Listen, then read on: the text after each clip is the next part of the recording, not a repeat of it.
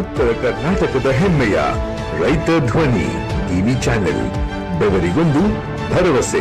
ಗದಗ ಜಿಲ್ಲೆಯ ಶಿರಹಟ್ಟಿಯಲ್ಲಿ ಮಾಜಿ ಸಚಿವ ಹಾಗೂ ಕಾಂಗ್ರೆಸ್ ಪಕ್ಷದ ಹಿರಿಯ ನಾಯಕ ಡಾಕ್ಟರ್ ಎಚ್.ಕೆ. ಪಾಟೀಲ್ ಅವರನ್ನ ಸಚಿವ ಸಂಪುಟಕ್ಕೆ ಸೇರ್ಪಡೆ ಮಾಡದಿರುವುದನ್ನು ಖಂಡಿಸಿ ಪ್ರತಿಭಟನೆ ನಡೆಸಲಾಯಿತು.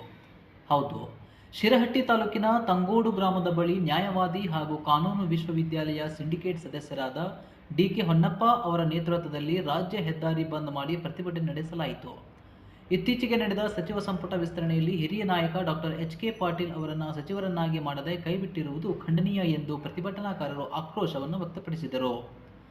Doctor HK. ಪಾಟೀಲ್ ಅವರಿಲ್ಲದೆ ಈ ಸರ್ಕಾರ ಅಪೂರ್ಣ ಸರ್ಕಾರ ಎಂದು ಹೇಳಿದ ಪ್ರತಿಭಟನಾಕಾರರು ಅವರನ್ನು ಸಚಿವ ಸಂಪುಟಕ್ಕೆ ಸೇರ್ಪಡೆ ಮಾಡಬೇಕು ಎಂದು ಕಾಂಗ್ರೆಸ್ ಪಕ್ಷದ ರಾಜ್ಯಾಧ್ಯಕ್ಷರು, ಮುಖ್ಯಮಂತ್ರಿ, ರಾಷ್ಟ್ರೀಯ ಅಧ್ಯಕ್ಷರು ಹಾಗೂ ರಾಷ್ಟ್ರೀಯ ನಾಯಕರಿಗೆ ಒತ್ತಾಯಿಸಲಾಯಿತು.